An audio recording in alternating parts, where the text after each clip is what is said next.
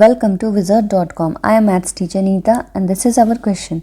Jack borrowed $28,800 from Harry at the rate of 4% simple interest per year.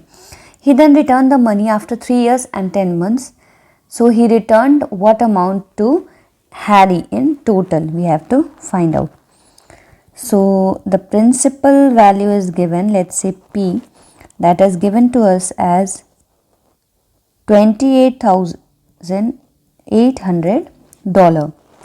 Now the rate, let's say R, it is given as 4% simple interest,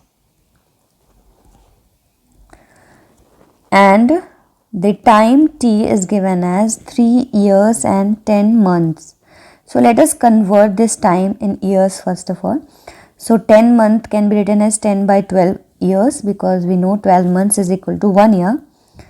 So this is, if we simplify this, we'll get 3 plus 5 by 6 years, which is equal to 18 plus 5 by 6 years. Further, we can say that this time T is 23 by 6 years. Now, we have to find simple interest. It is P multiplied by R multiplied by T and all the values are given. 28,800 multiplied by rate is 4% and time we have calculated 23 by 6 years. So, if we solve this, we'll get simple interest as 4,416.